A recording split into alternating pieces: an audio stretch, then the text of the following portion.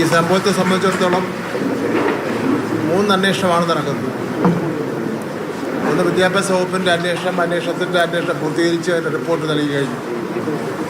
2 വൈദ്യുത വകുപ്പിൻ്റെ അന്വേഷണം നടന്നുകൊണ്ടിരിക്കുകയാണ്. 3 പോലീസ് സ്വാഭാവികമായിട്ട് കേസ് രജിസ്റ്റർ ചെയ്ത് അന്വേഷണം നടത്തുന്നത് അത് നടന്നുകൊണ്ടിരിക്കുകയാണ്. വിദ്യാഭ്യാസ വകുപ്പിൻ്റെ അന്വേഷണ റിപ്പോർട്ട് ഇന്നിപ്പോൾ പൂർണ്ണമായി ആക്കി വിദ്യാഭ്യാസ ഡയറക്ടർ കൈമാറി.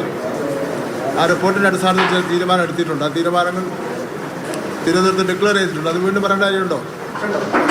പറയേണ്ട കാര്യമില്ല. അതിനനുസരിച്ച് വന്നതാണ്.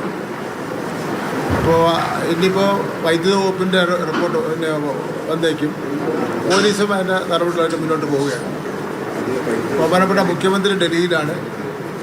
2 പ്രാവശ്യം വിളിച്ച് കാര്യങ്ങൾ അന്വേഷിച്ച് ബഹുമാനപ്പെട്ട ധനാരോഗ്യ വകുപ്പ് മന്ത്രി എന്നെയും ഈ കാര്യത്തിന് വേണ്ടി ചുമതലപ്പെടുത്തിയിട്ടുണ്ട്.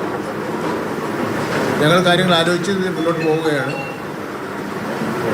എന്തായാലും ഇന്നിപ്പോൾ വിദ്യാഭ്യാസ വകുപ്പ് പ്രഖ്യാപിച്ചിട്ടുള്ള നടപടികൾ കർശന നടപടികളാണെന്ന് നമുക്കറിയാം.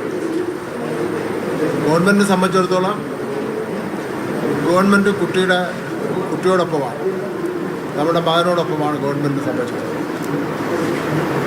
ഈ സംഭവവുമായി ബന്ധപ്പെട്ട് മുന്നൊരുക്കങ്ങൾ അല്ലെങ്കിൽ മുൻകരുതലുകൾ നടത്താൻ തയ്യാറാകാത്ത എല്ലാവരുടെ പേരിലും ഒരു വിട്ടുവീഴ്ചയുമില്ലാത്ത നടപടിയും മേലിൽ കേരളത്തിൽ വേറെ ആരും ഇത്തരം കാര്യങ്ങൾ ആവർത്തിക്കാൻ പാടില്ലാത്ത നിലയിലുള്ള നടപടികളും സ്വീകരിക്കുന്നതിന് വേണ്ടിയാണ് ഗവൺമെൻറ് ഇപ്പോൾ ആലോചിച്ചിട്ടുള്ളത്. മറ്റു കാര്യങ്ങളൊക്കെ തന്നെ നടപടി സ്വീകരിച്ച കാര്യങ്ങളൊക്കെ തന്നെ ഞാൻ ഇത് ഉച്ചയ്ക്ക് പറഞ്ഞു.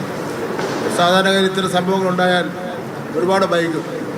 ഒരു കമ്മീഷനൊക്കെ വെച്ച് കഴിഞ്ഞാൽ, അന്വേഷണ കമ്മീഷനൊക്കെ വെച്ച് കഴിഞ്ഞാൽ ധാരാളം സമയം വൈകും. ഇവിടെ ഞങ്ങൾ ഇന്നിപ്പോൾ ഒട്ടും തന്നെ വൈകാതെ തന്നെ നടപടികൾ സ്വീകരിക്കുന്നതിന് വേണ്ടി തയ്യാറാണ്. ഇതാണ് എനിക്ക് പറയാനുള്ളത്. ബാക്കി ബഹുമാനം ധനാരോഗ്യ വന്നിട്ടുണ്ട് പറയും. വിദ്യാഭ്യാസ സെക്രട്ടറി ഡോക്ടർ വാസുകി വന്നിട്ടുണ്ട്. ഇന്നലെ വിദ്യാഭ്യാസ ഡയറക്ടർ വന്നിരുന്നു. അദ്ദേഹം സംസാരിക്കും.